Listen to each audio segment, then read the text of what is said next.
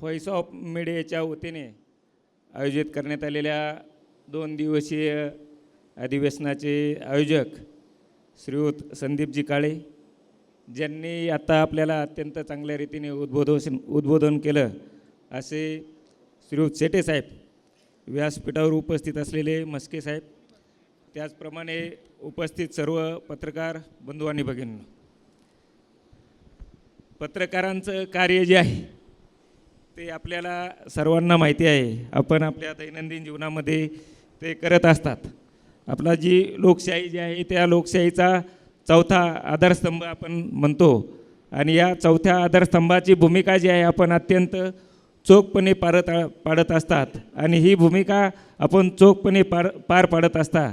त्यामुळेच आपलं जे भारताची लोकशाही जी आहे ती सुदृढ आहे आणि अत्यंत चांगल्या रीतीने आपण भारतामध्ये काम करत आहोत. हे चौथा आधारस्तंभाची भूमिका आपण पार पडत असताना, दुसऱ्यांचे प्रश्न सोडवत असताना आपले स्वतःचे प्रश्न मात्र तसेच दुर्लक्षित राहतात आणि आपले स्वतःचे प्रश्न सोडवण्यासाठी जे व्हॉइस ऑफ मीडिया जे आहे, हे जे व्यासपीठ आपल्याला तयार करून दिलेलं आहे, मला वाटतं ह्या व्यासपीठाच्या उभारणीमध्ये ज्यांचं योगदान आहे त्या सर्वांचं मी या ठिकाणी मनपूर्वक अभिनंदन करतो, त्यांना शुभेच्छा देतो. या ठिकाणी येत असताना श्रीयुत मस्के साहेबांनी सांगितलं की या संघटनेचा मी पहिला सभासद आहे आणि आज ही संघटना जी आहे ते 50,700 सभासद या ठिकाणी झालेले आहेत आणि राज्य पातळीवर सुरू झालेली ही संघटना देश पातळीवर गेलेली आहे आणि जगामध्ये सुद्धा जवळपास 4.5 लाख पत्रकार जगामध्ये आहेत आणि देशामध्ये सुद्धा 1,77,000 पत्रकार आहे. या सर्व पत्रकारांचं आपण स्वतः काम करत असताना स्वतःच्या कुटुंबाकडं मुलांचं शिक्षण व्हायला पाहिजे, त्यांची वैद्यकीय मदत त्यांना मिळायला पाहिजेत, त्यांना टेक्निकल मार्गदर्शन मिळायला पाहिजेत, यासाठी जे मला वाटतं ही संघटना आहे. या संघटनेच्या कार्यासाठी मी शुभेच्छा देतो.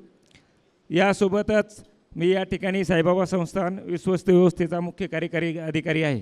साईबाबा संस्थान विश्वस्त व्यवस्थेच्या माध्यमातून वेगवेगळे सामाजिक उपक्रम राबवले जातात.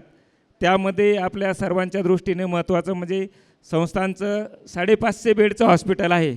एक साईबाबा हॉस्पिटल आणि एक साईनाथ हॉस्पिटल.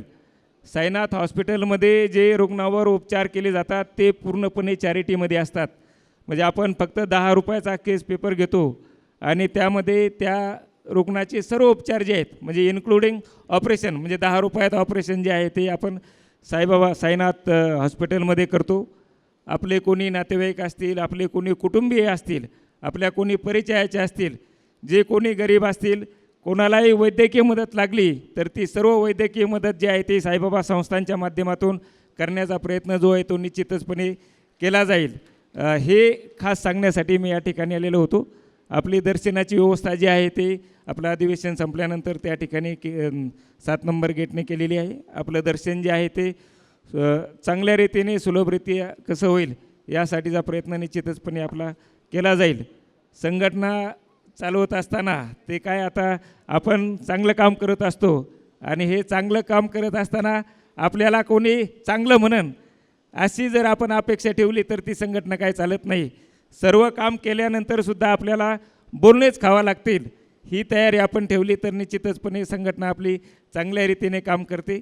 तर संघटनेचे जे पदाधिकारी जे आहेत त्यांनी मला वाटतं ही तयारी ठेवली तर निश्चितचपणे आपण यापुढील कालावधीमध्ये सुद्धा जे आहेत पत्रकारांचे जे प्रश्न जे आहेत स्वतःचे जे आहेत हे प्रश्न सोडवण्यासाठी निश्चितचपणे संघटना चांगलं काम करेल.